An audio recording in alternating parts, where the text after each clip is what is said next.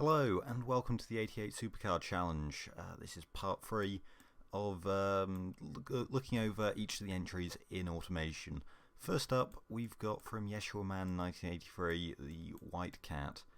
Yeah, this car, I don't know what to say about it visually. I don't think this body style really works as an 80s car. I know I've been going on about they need to be excessive, but I think the 80s had a style, and this body is very firmly in the sort of 50s and 60s, so I just don't think this works at all for this year. The tail fins and things just don't fit at all. I do think some of the fixtures at least look era appropriate, even if I don't think there's enough plastic. Like the headlights and things, they fit the year. They don't look particularly sort of nicely positioned, I suppose. It's yeah, not used maybe creatively enough. Although I've just noticed the badging here, that's a nice detail. Japanese plate, a bit bizarre. I wouldn't imagine this to be sold in Japan. And yeah, again on the rear, not too much going on here. But these taillights, again, I don't think they look particularly 80s. Looks more 70s, 60s even. Also, I've just noticed the badge there. It's been hidden under. That's probably automation exports being automation exports. But yeah, visually, just not a lot to say. It got a 1 out of 10. The rest of this car is also very interesting and bizarre. Corrosion resistant steel, which fair enough for this. Carbon fibre chassis though, maybe doesn't make the most sense for a car like this, but I don't know, saving weight, which it really needs to, 2,333 kilograms. Yeah, this thing is heavy. Fortunately, it has enough engine for that weight. An 18 litre, well, 17.9 as you probably saw on the badges there. Full cast iron pushrod V16. Yeah, it has a cam profile of 0, so you do get this very lazy torque curve. I mean, I guess it's going to be easy to drive, you know, you just put your foot down in any gear and it will sort of pull. Actually, any gear, not a lot of selection there. We'll get onto that now. Bottom end, bizarrely overbuilt. I guess it doesn't really need the billet steel. Can it? You can actually get away with cast iron there because it's revving so lowly. Don't think you can get away with that. And there is actually extra bit of a RON even there, so I suppose you can justify the cost of like some forged pistons there. Performance intake, which yeah, I'm not sure what this engine's trying to be, because I see like that and like the very lean fuel mixture, and I think like big lazy engine, it's designed to be more of a luxury car, but then you get things like the raised tubular headers and the performance intake and that very sort of sporty exhaust system, and you just, yeah, it doesn't match that. So I don't know, it's sort of conflicting a bit there, really.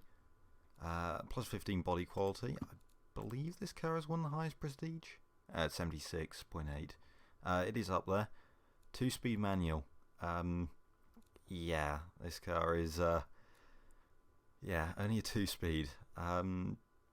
Geared for, well, some decent speeds in first, 74 miles an hour, and still manages to wheel spin thanks to just all that low end power basically. Surprisingly not that slow either, which is impressive. But yeah, just sort of bizarre, I guess. Just this sort of genuinely lost for words for this, because it sort of just wasn't expecting this at all. Gear diff, which I suppose it sort of needs to help with wheel spin. Not helping so much on comfort. Maybe trying to claw back some sportiness there. It is on semi-slick tyres, as you might have noticed. I actually hadn't paid much attention to semi-slicks before, but I do actually quite like that tread pattern. Quite neat. And yeah, with a very staggered setup, still surprisingly oversteery. 19-inch with quite low profile tyres as well, and only steel wheels. Brakes are just about powerful enough. 3 pistons at the front, and they're not quite locking up under braking. So yeah, that's mildly terrifying, all standard aerodynamics wise, and then quite a basic interior. 6 seats, which is, yeah, a bit odd. I don't know, I guess you've got room for it, why not? And then, yeah, premium and a basic 8-track. Yeah, probably one of the cheapest interiors. I'm not sure if it is the very cheapest, but it is up there, down there, I suppose. I don't know. And then, yeah, pretty standard, very high safety, 72.7. When I got sent it, actually, Yeshua man did say that they built this car for high safety. So, yeah, I suppose gives yourself something to aim for, I guess. Hydrogen pneumatic suspension and no sway bars at all. 8.4 degrees of roll angle. Yeah, and I don't think this is really set up for anything in particular. Nope. Yeah, this car. I think there's wildcards and then there's this. This is, yeah, I don't expect this to do particularly well in BeamNG. Personally, I think it might have some decent performance, weirdly, after seeing some of the other cars that I didn't think would perform so well. Actually setting decent enough speeds, but I don't think it's going to be particularly fun to drive, just having all that weight, high roll angle. It's just going to sort of wobble about and be quite unstable, I'd imagine. But we'll have to see, so stick around for that. And on to the next car. Next up from Vina.Sarah423, or Vina Sarah, I guess, I don't know. FWM Mac SC. Man, I managed to butcher every part of that name up.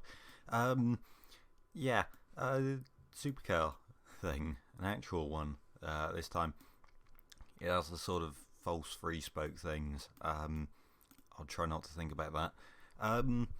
Yeah, this car, I think in a lot of ways it's sort of a bit awkward. These, yeah, they are vents. For a moment back here, because they've got like the chrome things, I thought they were like weird coloured lights or something. Yeah, I don't think things like those fit well, and like the way the lights fit on there is the best, personally. And again, things like the way the lights down here are with the grille, I don't think they go together particularly well. Although I do like the badge with that little, or the actual badge holder. That's a nice touch. I think apart from the wheels, the side is probably the best part of this car. I don't know if I like the two-tone bits here. The way this sort of the fuel cap and the door handles are with the primary colour rather than secondary. I don't know, I think it would look a bit better like that, although I don't think the vent by here does look quite good, being its own colour and everything. But yeah, from the side, probably the best part of it. The back of the car, well, this vent, I don't get it, what they were going for really. Just sort of some holes in the back, isn't it? And sort of doesn't help that the engine's quite far forward because it's between the wheels, so you barely see anything. It is just, what fixture is this actually? Might as well check. Oh, it's just that one, but it extended like really widely. Very interesting. Yeah. Back of it has a big diffuser and exhaust and things. Which actually, yeah, have they got some fixtures? Oh no, it's just that, and that's kind of cool how they've got like a back box thing there that splits off. I didn't realise the game did that. But yeah, and I don't know, I see what they were sort of going for with these tail lights, but I don't, again, they interact with like the body lines in the best way. So the fact that I think you could probably adjust the angle a bit to make it at least fit a bit better than that on it, or indeed just like ignoring that and putting maybe some circle taillights on, although that'd probably look even worse actually, maybe. Yeah, I don't know. I think, yeah, the back doesn't really, it's not ugly, or it's just sort of not particularly well executed, I'd say. Maybe makes it look a bit more like a more budget supercar, I guess, if that makes any sense. And so the way the wing goes along here, I'm not sure if that looks particularly great. I think especially because it's sort of slightly further forward as well. I don't know, maybe experimenting with like a different wing there would look better. If I had to try and give an example quickly,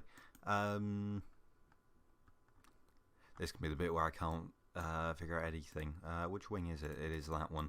I do wonder if maybe like one of these lower ones that you just run straight across the bodywork. Also, oh hey, there's some new variants of that, including some strutless ones. Those are interesting then. Yeah. Probably some ones I'm missing. I'm wondering if you could do something interesting with those ones. Maybe if you morph them weirdly. Although, yeah, maybe this is just working with the best of the tools given to you. Let's move on before I embarrass myself with my lack of knowledge of the fixtures in this game, because I keep missing updates. Partial aluminium panels. Interesting choice. Second car I've seen with this now, I think. I don't quite get why. To be honest, I think for this challenge, partial aluminium is sort of like a weird middle ground, almost, between like, well, it's sort of like, it's heavier than fiberglass and aluminium, doesn't have the prestige of aluminium. The only thing it does have going for it is like production units, but like, why does production units don't matter at all in this challenge? So, and I suppose it's got safety and maybe comfort on the side, but those I don't think are too difficult to get to the minimums. I thought it was quite generous with them, to be honest. A 5.1 litre V8, again, pretty standard stuff. Peak power at redline. Big problem. I don't get why. I don't get why you'd cut off power there. Well, it's not cut off. 6,500. But it's just sort of, they've limited it there. And yeah, I just don't really get why. You can extend it a bit, have a bit more room to play with in the top end performance. You know, having it revving higher means you can shorten the gears a bit, or run them a bit differently. So yeah, and also I don't know, if you want to go more aggressive on the cam profile, you could. There's also like an entire point of octane available, which is again a bit odd. It's only running on 95. Excuse me, yeah. It's only running on 95 octane, so yeah, a bit odd there. Race intakes as well, very aggressive, and then yeah, pretty open exhaust with race headers as well, and just a standard 3-way catalytic converter. 5-speed manual. It's overgeared. Yeah, I'm not sure why it was geared so long. To be honest, you could have pulled that in a bit, set top speed to be something more, or something that it actually had the power to reach. Yeah, because it's geared for 200, but it only does, what, 178 there. Does at least have a geared diff, which test driver will approve of. Quite a lot of tyre stagger, which it needs since it's mid-engine rear-wheel drive. And it is right on the sportiness line, some quite impressive handling numbers actually. And it is only on sports compound tyres. Also, yeah, bit of quality across everything. Well, non-transmission, but yeah. Front brakes on this extremely overpowered. Yeah, this is a very front-biased sort of brake balance. yeah, you usually don't want the difference between like the blue lines and the red lines to be this big. Maybe they were just hunting for low brake fade. I'm not too sure about that, since I know adding more pistons and things can reduce it. But yeah, you can see, even if I get down to one pistons, probably, yeah, there's a bit of a boost to sportiness and prestige, even slightly, though I'm not sure what the prestige thing's about. So yeah, just those front brakes being too powerful, you can't make the most of the rear ones as well, if that makes sense. Quite a lot of rear downforce. That rear wing is doing its work, to be fair, and it, yeah, doing quite a lot. And there's not actually too much front end lift, although, yeah, it is. Is that a lip? Is it, or is it just like a bumper? No, it is an actual lip. Yeah. Could potentially, well, I mean, it won't do anything in BeamNG, so there might be a bit more front end lift. Hopefully we're not going to have like the weird squatting issues that what was it, Stella Gale's car had, where there was just so much rear downforce it sort of understeered at high speed quite badly. Quite a lot of interior quality, sport with a premium cassette, so yeah, sort of a more performance, lightweight orientated interior. And actually, yeah, this car's decently light, 1,270 kilograms. It's got cheap interior. Ooh, no ABS. That combined with this braking setup, that might cause some issues with getting this car stopped and turned into corners there. And only hydraulic power steering. Again, not too sure about why exactly. Again, I've been seeing this on quite a few cars, and I'm not entirely sure why people are not opting for variable hydraulic or just sticking with none. But yeah, and I don't know. There we go. And then progressive with adaptive suspension, decent amount of camber, probably explains that handling. Very low ride height and kind of stiff sway bars, so there's very little roll angle. And suspension not really optimized. Well, sort of around drivability, sort of comfort, since they are quite similar. Yeah, there's only like a 30 kilogram difference in this car, so that's all good. Don't know why I even click on utility for a car like this. Yeah, just sort of optimized to be drivable, I guess. But yeah, this car, I mean, I'm just not sure if it's got the performance. I think the brakes are going to hold it back in BeamNG for sure, and yeah, this sort of peak power at redline, bit of an issue when since there's like a bigger drop off of power when you change gear, if that makes sense. Like really having a higher revving engine just helps more in that regard. So yeah, next car, I suppose. From Principal Saiyans, the Death Anchor, another big sort of 60s American body. This one, I can't remember what it's based on, a Dodge of some kind, I think. Or at least the body style, I mean. Yeah, I want to say Charger, but I think it's probably something a bit more obscure. But yeah, anyway, this again doesn't look particularly 80s. Sort of lots of chrome, no plastic. I could sort of see it as maybe take it as a resto mod if like the model year was 1960. I'd be willing to overlook that a bit, or like in the 60s of some kind. This is more sort of mid-late 60s thinking about it.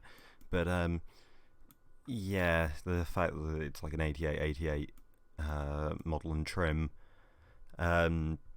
makes it really not fit with the theme. Also, sort of, I'm not really sure what's going on at the back here. The like sort of tail lights with these badges over the side. I'm not really sure what that's about. And also, I think the badge must have glitched out a bit. I'm going to assume that's what happened. It's being a bit weird on the export, but yeah, maybe the same happened there. I'm not too sure. Maybe they were put over the taillights to sort of create a bit of a design over them. And I don't know, maybe they reset scaling or something in the export. I'm not sure. Also, suicide doors on the back. I mean, well, no, it's like a common thing, I guess, at the time. Yeah, lockable ones. Cool. But yeah, it's I don't think it's particularly well designed, even as a 60s car. The big square lights or whatever, it looks very cartoonish. So yeah, in the end I only gave it a 1 out of 10 for styling. Going on to chassis, another it's a total race car basically. Interestingly, it's only got McPherson struts on the front rather than double wishbones. First car I think so far that hasn't had double wishbones front and rear. I might be wrong on that, but I'm like 90% certain that it is. And it's got a max-sized V8. 1.9 litres technically. 10.9 litres, I should say. Pistons are under a lot of stress. I mean, it's fine because it still fits the reliability limit. And I mean, at the end of the day, you'd expect some stress. Maybe this is a bit excessive. But for things like supercars, you can usually get away with a bit of stress regardless. But yeah, other than that, pretty standard setup of just pick the best bits. Very forged internals as well, with a bit of quality. And it's still running into issues with RPM. So, yeah. I believe this is the most powerful car we've got, 953 horsepower, very aggressive cam profile, probably more optimised for total power than some of the other cars, and yeah, just everything about it, trying to get the most power out of a naturally aspirated engine as possible. Race tubular, and just a single straight through muffler on the back there. Yeah, just everything about it, total race car setup, built I guess for maximum power. Plus 15 body quality, probably to get prestige up high. It does a pretty decent prestige, 73.1. I'd imagine things like the fiberglass panels and probably the interior, yeah, very basic interior for this sort of car. 3.1 seconds 0 to 60, it's all-wheel drive with that sort of power, even with a 4-speed, and it does have the highest top speed of any car here, 213 miles an hour. But yeah, despite that, just that much power, all-wheel drive, and I don't know, it's got a decent power curve. I mean, you do get like quite a lot of power even down low. Not really surprised it's going that quickly. Geared differential too, so the test driver is going to be happy about that. Extreme tyre sizes, semi-slick tyres as well. Interestingly, not like sort of optimised for sportiness handling or anything. Quite a middle-of-the-road setup. Yeah, well, I suppose it's to do with that tyre stagger. I'd imagine you can't flare out those front arches anymore. And they probably didn't make the rear any wider either to maybe stop it clipping through, thinking about it. But also, yeah, it's you'd get extreme amounts of understeer if you kept going, to be honest. Brake setup, well, it's maximum size, but it's not too terrible. They do look a bit too powerful, but it does have, yeah, ABS. Very aggressive pad types as well, so yeah, the brakes cool down at any point in the run, which they shouldn't really, but I think BeamNG will, I think it simulates like sort of race brakes needing to be warm to actually work properly. So yeah, that could potentially be an issue. Fully clad under tray. Yeah, probably, yeah, well, it does just help it get to that extreme top speed. Can't really go any lower on the cooling though to reduce drag further. So yeah, thanks to that reliability, thanks to the engine stress. Yeah, I do wonder if, well, picking a more aerodynamic body or something would, well, obviously it would help it reach a high top speed. Yeah, I wonder if maybe engine size was a limiting factor as well, or like engine bay size even. 2 seats, even with rear doors. I don't know, maybe it's like a really wide entry and actually like the dashboard comes out to here and the seats are by here, I don't know. And you've got like room at the back for golf clubs, I don't know. Then yeah, just standard interior, standard hydraulic power steering, ABS, and no safety at all. Carbon fibre chassis. I'm slightly surprised about that actually, because it does have fiberglass panels, but at the same time I suppose having a big engine like that does improve safety a lot. I'll take a look at the detailed stats. No sway bars, interestingly. Adaptive dampers, so that's kind of fancy. And then just progressive springs, passive sway bars. Not much in the way of tuning at all. I think it's literally just been made a bit softer on the dampers and softer sway bars. I don't think the springs or camber have been touched. I think it's been lowered quite a bit. So there's that. I'm so surprised that's about as low as you can go on it though. Maybe it's because it doesn't have double wishbone at the front, thinking about it. I'm not sure. But yeah, I'm just going to take a look at safety quickly.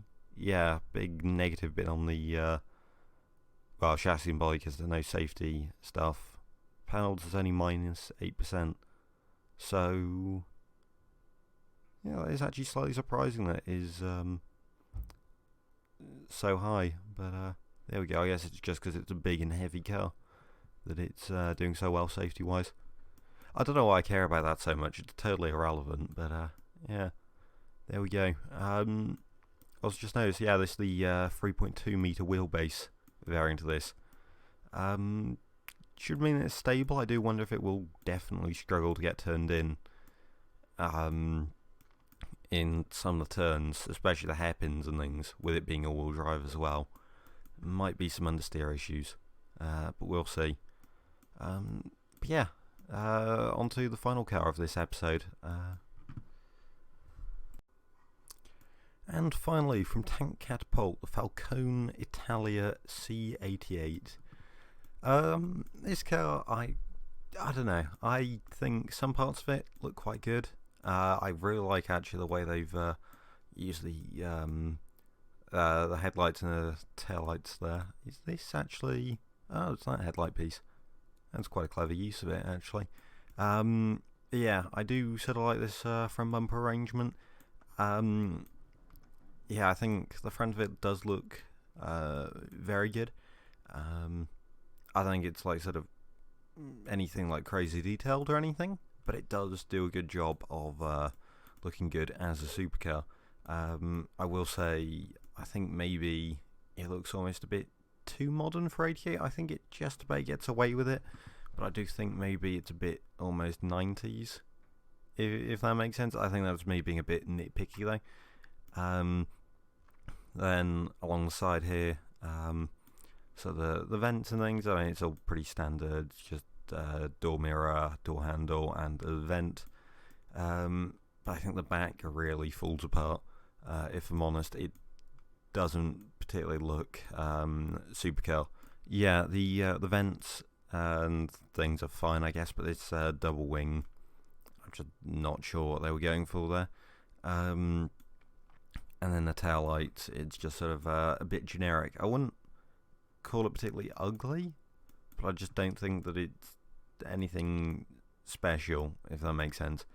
It does, I think, just make it fall apart a bit and look way less interesting than it could have been. So I gave it a 4 out of 10. I think the front of it does quite well, and then the back of it, it sort of falls apart.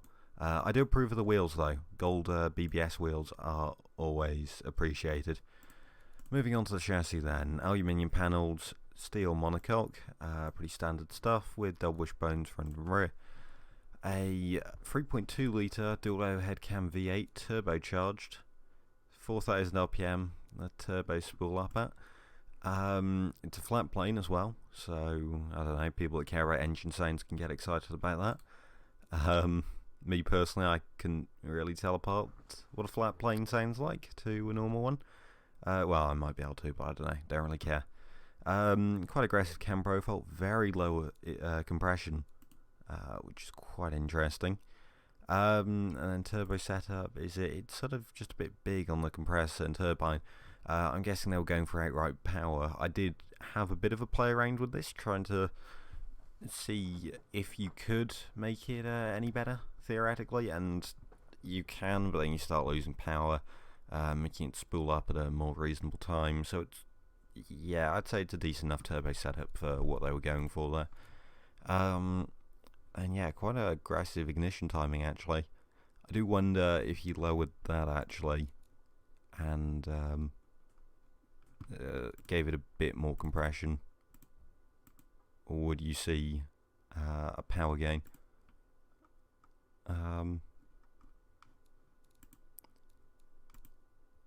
Because I do know you can see some significant power improvements. You can see actually it's making a bit more low end power as well. Because yeah, once you start getting really below about 8 to 1 compression, you really start to lose power. But yeah, so yeah, compression a bit low there. But I don't know, I still think it's a pretty respectable setup. Interestingly, I went Premium 95 over Super. I suppose it does point to this being a sort of lower end sort of supercar. Maybe something a bit on the cheaper end, although it does have quite an advanced engine. It does also have a reverse flow and straight through. They're sort of in the wrong order. If I sort of swap it around, you can see that there is a bit of a power increase, and it is a bit louder, or it is a bit well, louder like this than if you swap them around. Usually you want the less effective and less restrictive muffler in the first slot, and the sort of harder one or the quieter one in the second. And it just makes it more effective. You get better flow, things like that. I don't know why, but yeah, there you go. And yeah, 5.7 seconds 0 to 60. It is maybe a bit overgeared. You could possibly get a bit more top speed by, oh yeah, you can see the bar going up a bit there, up to 284 miles an hour versus 179. So yeah, maybe a bit overgeared or undergeared if they wanted to give it an overdrive. It does have a geared diff, and it is all-wheel drive again. Quite a sort of sporty setup, still sort of somewhat in the middle of the road actually. Really, yeah, I'm not sure why they've sort of made it so understeery. It does have a staggered setup, interestingly, which, considering it's all-wheel drive, I'm not sure if that's really needed. I'd imagine you'd be able to get away with running same size tyres front and rear, or maybe just less stagger, so that you could try and give it slightly sportier handling. Brake setup pretty good. You can see the rear brake grip, the rear tyre grip increasing with speed, so it does, those wings are doing something. Well, they're not a lot, only 50 kilograms of downforce. And then yeah, very aggressive pad types and disc sizes, but they are only one pistons, no brake fade at all though, which is very good. Sport interior, premium cassette, so it is quite fancy. Well, sort of just comfortable and usable, and yeah, sort of about the norm for this challenge really. Variable hydraulic, and then ABS, standard safety, which is fine because it's way over, and then yeah, pretty standard setup. I don't think it's particularly optimized for anything. Those front springs maybe a bit soft, or the rear springs even a bit soft, but yeah, and a very low roll angle thanks to it being so low. But yeah, there we go, final car of this challenge, or not this challenge, this video. I'm only going to be doing 4 per part now, just so that it works out nicely and we don't have like an episode at the end with only 2 cars in. So yeah, thank you for watching. Don't forget to leave a like and subscribe if you've enjoyed this, and until next video, goodbye.